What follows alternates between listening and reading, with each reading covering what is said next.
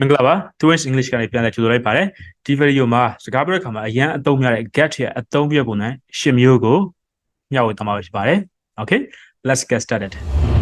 ပထမဆုံးတစ်မျိုးတော့ get up ကိုအရာထားတဲ့အခါကိုပြောတဲ့အခါမှာသုံးလို့ရရနော် I usually get up at 7 a.m. I usually get up at 7 a.m. တော့လိုက်ဆိုမယ်နော် I usually get up at 7 a.m. I usually get up at 7 a.m. ကျွန်တော်ပုံမှန်အဖြစ်9နာရီမှာထားတယ်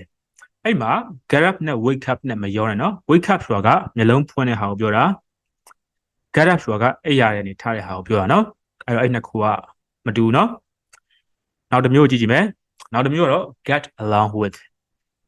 ကတယောက်နဲ့တယောက်ဆက်ဆံရေးအဆင်ပြေတဲ့ဟာကိုပြောချင်တာနော်ဥပမာ I don't get along with my manager ကျွန်တော် manager နဲ့ဆက်ဆံရေးအဆင်မပြေဘူးလိုက်ဆိုကြည့်မယ် I don't get along with my manager I don't get along with my manager နောက်တစ်မျိုးကတော့ get rid of ဆိုတာကဖယ်ရှားပြတဲ့ဟာကိုပြောချင်တာနော်ဥပမာ I want to get rid of this chair ငါဒီထိုင်ကုန်ကိုဖယ်ပစ်ချင်တယ် remove လုပ်ပစ်ချင်တယ်ဒီဘောကိုပြောချင်တာနော် I want to get rid of this chair This chair takes up too much space ဒီ chair ကနေရာအရန်ယူတယ်ပေါ့ဒီမှာ take up ဆိုတာကနေရာအရန်ယူတဲ့ဟာကိုပြောချင်တာနော် I want to get rid of this chair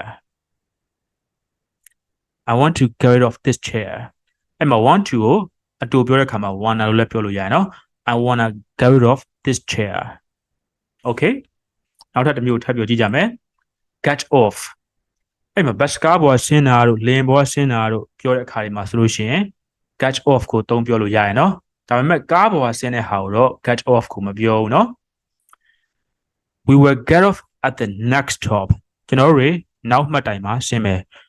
We will get off at the next stop We will get off at the next stop We will get off at the next stop Okay နောက်တစ်ခုက get on လေယာဉ်ပေါ်တက်တာဘတ်စကားပေါ်တက်တာဘုတ်ပေါ်တက်တာဆိုလို့ရှိရင် get on ကိုသုံးပြောမယ်နော်ကိုကရင်တစ်ခုခုအပေါ်တက်ပြီးတော့လမ်းလျှောက်ရတယ်ဆိုလို့ရှိရင်အဲ့မှာ get on ကိုသုံးပါ get in တို့ get into တို့အဲ့ဟာကိုသုံးလို့မရဘူးနော်အဲ့ဟာလေးရလဲစပြီးတော့လေ့လာတဲ့သူတွေမှားတဲ့အမှားလေးနော် Let's get on the plane လေယာဉ်ပေါ်တက်ကြရအောင် Let's get on the plane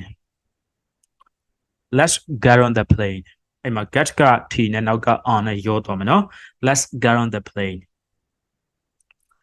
Let's get on the plane နောက်တစ်မျိုးတော့ get in သို့မဟုတ် get into ကားတွေကိုဝင်တာဆိုလို့ရှိရင် get in သို့မဟုတ် get into ကိုသုံးမယ်နော်အဲ့မှာကားတွေကိုဝင်ပြီးတော့လမ်းလျှောက်လို့မရဘူးလေအဲ့လိုဖြစ်တဲ့အတွက်ကြောင့်မို့လို့ get in သို့မဟုတ် get into ကိုသုံးရတာနော် Let's get in the car ကားတွေကိုဝင်ကြရအောင်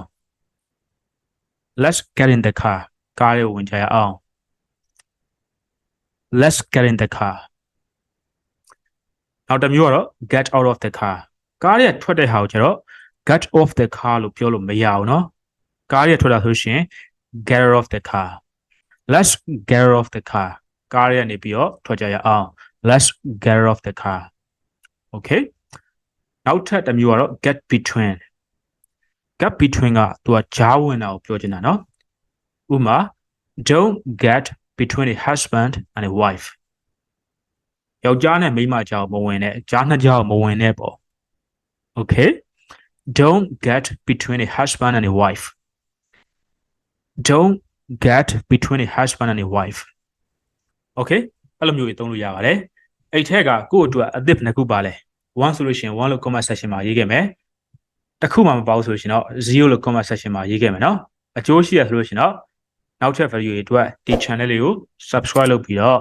ခေါင်းလောင်းလေးကိုနှိပ်ထားဖို့လည်းမမေ့နဲ့အောင်နော် bye bye see you in the next video